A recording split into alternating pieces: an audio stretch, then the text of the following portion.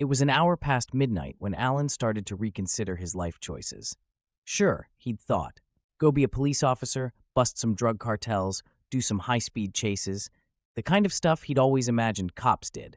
Instead, here he was, sitting off the shoulder of some god-forsaken highway in the middle of some god-forsaken desert.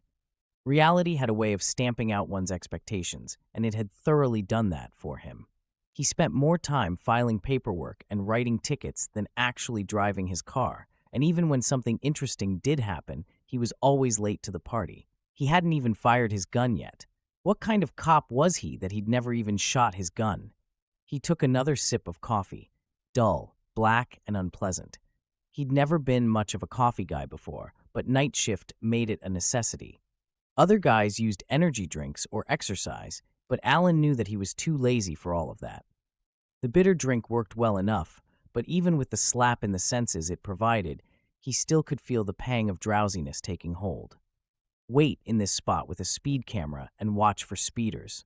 All night long. Every night. Every single long, uneventful night.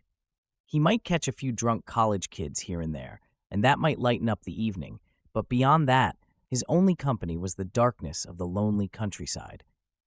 The light of a million long-dead stars twinkled above the man, while the ever-present crescent moon lorded over the landscape, painting strange shadows across the desert.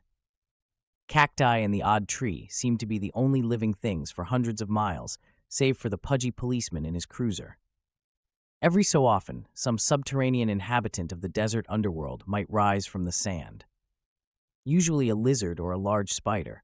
Beyond that, Alan felt totally alone. There was a certain solace in that kind of loneliness. Feelings of insignificance, of ponderings and musings of the nature of things echoed in his mind as he reached a hand forwards to the radio. The knob turned on with a quiet click, and soon after the tiny LED screen illuminated with dull orange hues. The smooth tones of guitar and the rattling of drums flooded forth into the small cruiser. A man with a low southern drawl spouted some lyrics about a lost lover or some such. Alan didn't quite pay attention. He really only wanted some sound, some noise to cut through the overwhelming silence. It was the kind of silence that seemed to drown out everything. There were no crickets, no cawing nocturnal beasts, only this lonely man in his cruiser on the side of a desert road. A lonely man with just the recorded sounds of some other, likely equally lonely man to provide him company. Another sip of coffee, and Alan felt, in a way, content. Sure, it wasn't the worst job in the world. He'd done far worse in his day. It paid the bills, the kids stayed fed, Maureen stayed off his back about the student loans.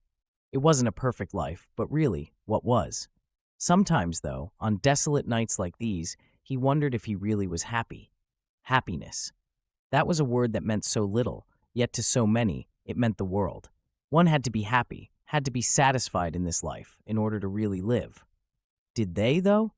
Alan sat, cranking his chair back as he pondered. Did one really need to be happy in life?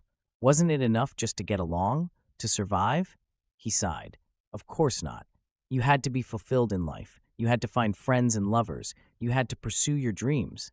Then again, did it really all matter in the end? A depressing thought, but he ran with it.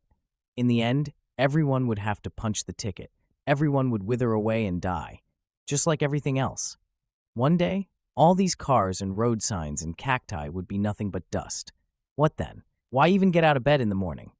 As the pudgy policeman continued his internal arguments, trading mental blows in his mind, he barely had time to react when a long convoy of cars came screeching past his cruiser.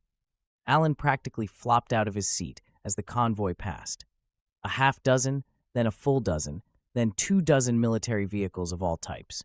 Humvees with mounted guns, Stryker APCs, huge trucks with canvased backs filled with men armed to the teeth, eyes glowing under night vision goggles. They watched him as they passed, and even a few gave Alan a passing nod. Above him, a pair of jet-black helicopters armed with twin rocket pods pounded the air with a monotonous drone, vibrating the glass on Alan's cruiser. Only a few minutes after they passed, Alan saw a blinding light erupt in the distance, like someone had just turned the sun back on in the dead of night. Alan covered his eyes, shouting a string of obscenities as the light faded, replaced with a long, low rumbling. He could feel the car shaking. he could feel his body vibrate like a tuning fork as the ground quivered and quaked. His head pounded. His eyes felt like jelly.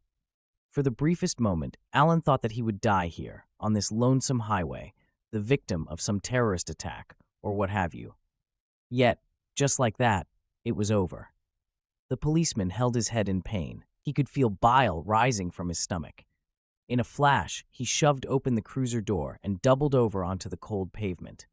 Another moment, and he blew chunks all across the ground and his uniform. That didn't matter as much to him. What mattered was the low, red glow that began to manifest in the distance, further down the highway. With his sleeve, he wiped the vomit from his face. The glow was minimal, but bright enough that he could see it all across the distant horizon. A few mountains blocked most of it from view, but it didn't take him long to realize what exactly it was. It was a fire, a massive, enormous fire. His instincts kicked in instantly, and the officer dove into his car, shoved it into drive, and sped off down the highway. In his mind, he ran through the possibilities. There weren't many towns in that direction. There weren't even that many people living out here. Just the odd rancher or quiet redneck. It didn't make sense. What in God's name had happened? Just as his mind was beginning to adjust to the sudden change, he slammed the brakes. He couldn't believe what he was seeing. Up ahead, just off the side of the road, were a pair of transport trucks. One was overturned, while the other looked like it had simply pulled off the side of the road. Alan slid the car into park and, clutching his handgun closely, stepped out of the cruiser and back into the cold desert air. With the fearful steps of some hunted animal, the policeman approached the two cars. He kept the handgun gripped tightly, like some kind of talisman, against his chest. The first truck, pulled over to the side, seemed untouched. He peeked up into the cabin through the driver's side window and found that only the passenger door had been left open. Curious, he popped the door open and peeked inside. Nothing, save for a few maps and a pair of sunglasses on the visor. Alan sighed and hopped down. Just as he did, a cool breeze picked up, and he caught a strange scent on it. The smell of electricity, like dust burning on a light bulb. Alan perked up a bit and slowly made his way around the side of the truck, only to stop dead in his tracks. There, off to the side of the road, was a soldier. What was left of him, at least. Alan froze. Hands quivering, he slowly stepped forwards, muttering a few swears to himself as he did. He didn't understand. He didn't get it.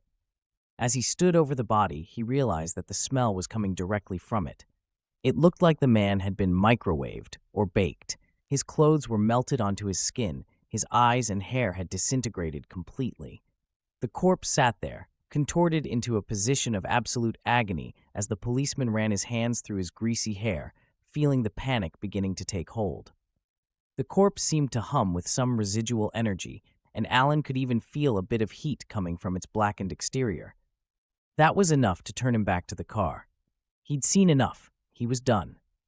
He was going back to the station to find out what in God's name he'd stumbled into. His eyes had just drifted from the corpse to the car when he stopped, dead in his tracks.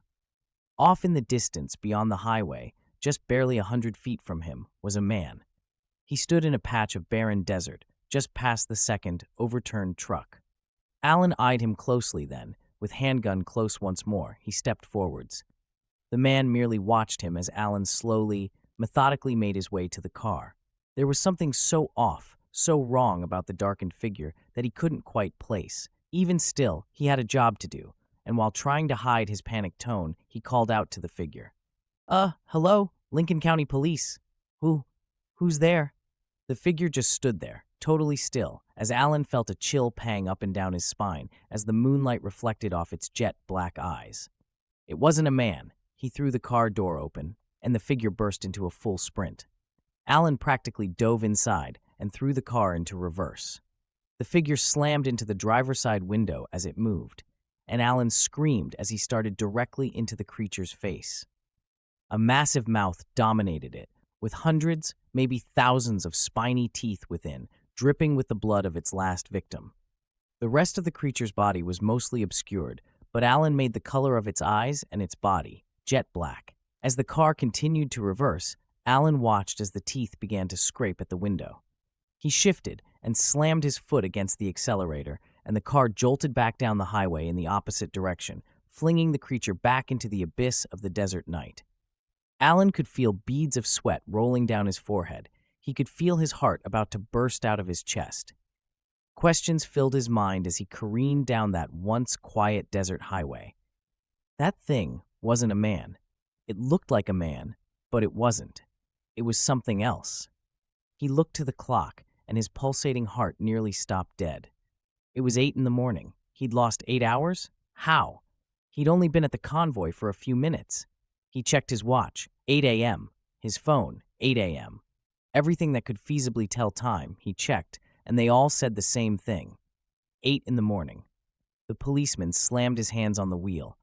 Horror, revulsion, fear, all flooded through his mind as he pulled over to the side of the road. He nearly ripped the radio out of its socket and screamed into it. "This is Officer Alan McDaniels, Lincoln County Police. Can anyone hear me?" Silence was all the response he needed. He slid back in his seat, flabbergasted and terrified. He barely thought of anything for 20 minutes until finally a thought crossed his mind. He could use the sun. Why wasn't the sun up yet? Breath caught in his throat as he examined the sky. He was right. As much as he prayed, he wasn't. The sun hadn't come up. The moon still sat, glued in the sky like a mocking specter. Alan shook his head. No, this was wrong. This was all wrong. Everything. He shrieked and howled and wept in utter, indescribable panic as he tried every radio frequency he could find. No one responded, not a single person. He was alone, truly now. As the tears flowed down his face, he laid it against the dashboard. His children, his wife, were they trapped too? Was he dead? Alan raised his head once more, and his whole body seemed to stop functioning. Time stopped dead as he looked ahead to see the same 2 trucks he had sped so quickly away from. 2 trucks that had to have been 10 miles behind him by the time he stopped. One overturned, one still intact. A charred body. A man that was not a man. It was as if he was caught in some kind of nightmarish Groundhog Day. The creature's gaze caught Alan's, and it started to approach his cruiser once more. Alan could only cry as it skulked ever closer, seemingly taking its time to torture the poor man. As it did, even more of these things emerged with it from the brush on either side of the road, their eyes all locking with Alan's gaze. In unison, they arrived at his car and pressed their spindly fingers against the windows, tapping as if to taunt their prey before consuming it. Tap, tap, tap. Their thousands of white fangs scraped against the window like nails down a chalkboard. Alan closed his eyes and began to scream into the hopeless nothingness, and the sun never rose.